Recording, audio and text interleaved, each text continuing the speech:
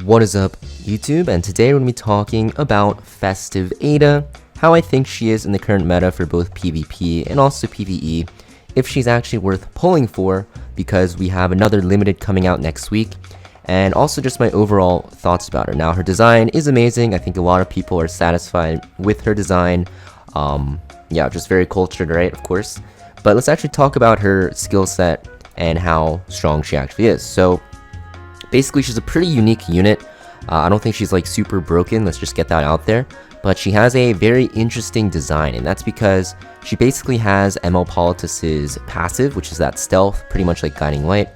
And you're also going to see when she isn't in stealth at the start of her turn, she will cleanse herself of all debuffs and grant herself Shyness. And Shyness will basically be a buff, and when you attack, when you are granted Shyness, you'll activate an extra attack known as Expected Outcome. You'll see it's an AoE attack, dispels 2 buffs, and also CR pushes back by 50%, and also have an 85% chance to decrease defense. Pretty overloaded skill.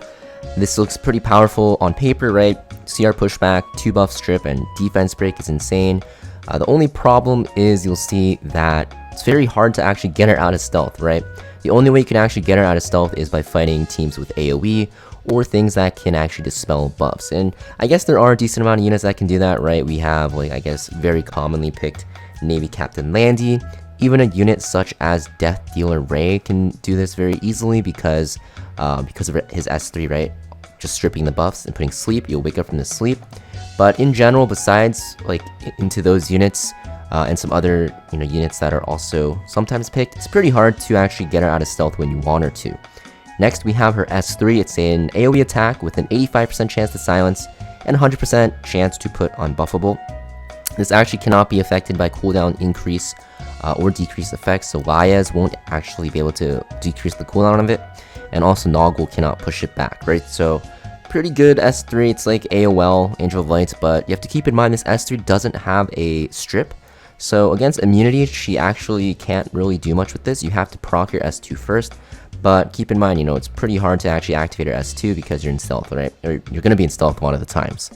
And next we have her S1, single target attack, 75% chance to decrease hit chance. When you're stealth, it goes to 100. Just a pretty weak S1 in general, right? Because, decrease hit chance is cool, but it's not like the most powerful debuff in the world. Mostly because there's still RNG, you can still, hit through it. So yeah, overall, I think her kit is very interesting.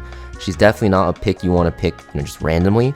I think what would make her a lot better is if her Shyness, when it actually procs, gives you like a CR push or something, right? So if you lose your stealth, you can CR push up. That'll make her a lot better into cleave teams, right? Because you can push yourself up and then S3 and silence them.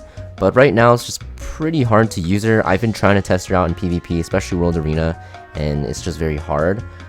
You can make her work in Guild Wars offense against like AoE teams, but her damage is very pitiful, and sure, you can have this AoE defense break, but I'm gonna be honest, like Ambitious Tywin does what she does, but a lot better in terms of defense breaking, and sure, this S3 is very powerful, but like I said, Ambitious Tywin has like a stun as well, so I think this unit is in a pretty weird spot. If you do want to play her, I think a build like this would be good.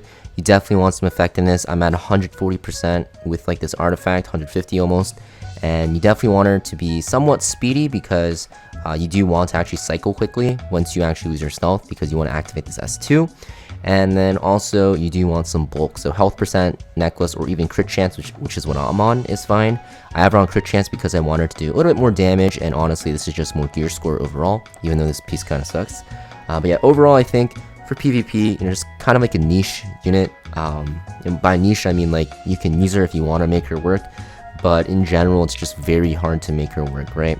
I guess you can use her into like DDR teams, Death Dealer Ray teams, maybe Captain Landy, like Conquer Lias, anything that opens and stuff like that.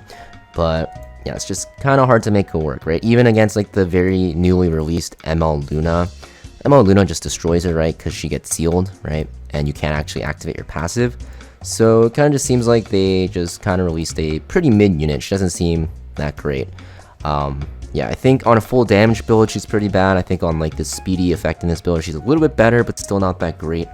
But overall, I think this unit is just kind of a stinker, right, compared to the other ones. Hopefully, the unit that is teased this Friday actually will be better. I guess this Friday is actually today, so I hope that the unit that's teased today is a little bit better. As soon as this video is released, once that unit gets teased, I'll be releasing a video on her.